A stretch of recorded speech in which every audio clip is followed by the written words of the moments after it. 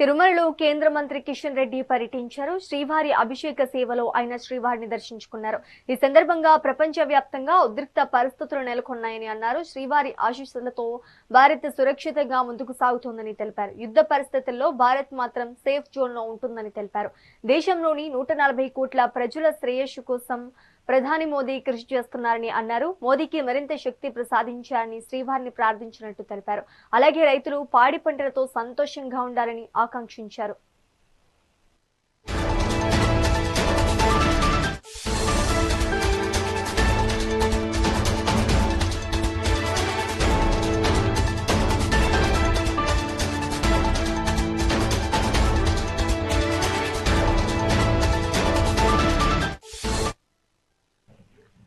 తిరుమలలో కేంద్ర మంత్రి కిషన్ రెడ్డి పర్యటించారు. శ్రీవారి అభిషేక సేవలో ఆయన శ్రీవారిని దర్శించుకున్నారు.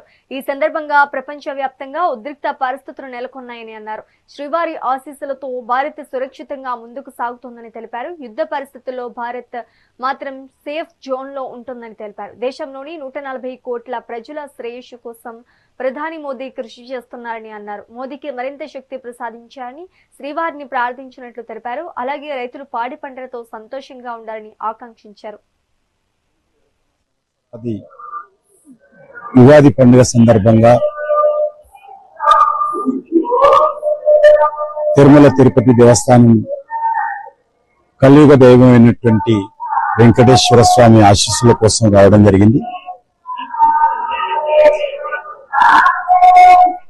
ఈరోజు ప్రపంచమంతా కూడా ఒక ఉద్రిక్త వాతావరణంలో ఉన్నప్పుడు వెంకటేశ్వర స్వామి ఆశీస్సులతో మన దేశంలో శాంతి, అభివృద్ధి ఈరోజు ఏ రకంగా ఇబ్బందులు లేకుండా మనము ముందుకెళ్తా ఉన్నాం, మనం చూస్తా ఉన్నాం.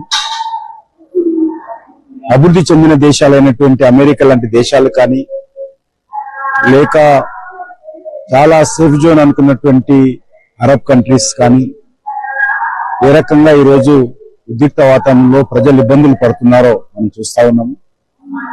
ప్రపంచమంతా కూడా ఈరోజు వార్ జోన్ లో ఉంటే భారతదేశం ఏకైక దేశం ఈరోజు సేఫ్ జోన్ లో ఉంది, ఆధ్యాత్మికమైనటువంటి జోన్ లో ఉంది, డెవలప్మెంట్ జోన్ లో ఉంది, మరి శాంతికి సంబంధించినటువంటి జోన్ లో ఈరోజు భారతదేశం ఉంది.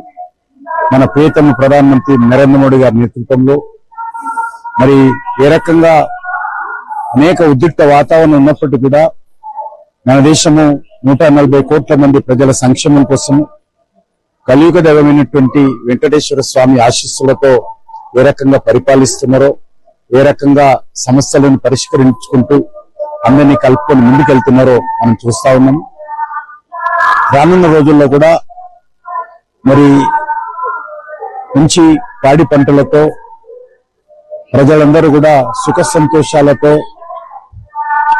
మరి ఉండాలని ఉగాది పండుగ సందర్భంగా శ్రీ వెంకటేశ్వర స్వామి ఆశీస్సులు అన్ని వర్గాల ప్రజలకు అందించాలని మనస్ఫూర్తిగా కోరుకుంటున్నాను. తెలుగు నూతన సంవత్సరాది ఉగాది పండుగ సందర్భంగా తిరుమల తిరుపతి దేవస్థానం కలియుగ దైవమైనటువంటి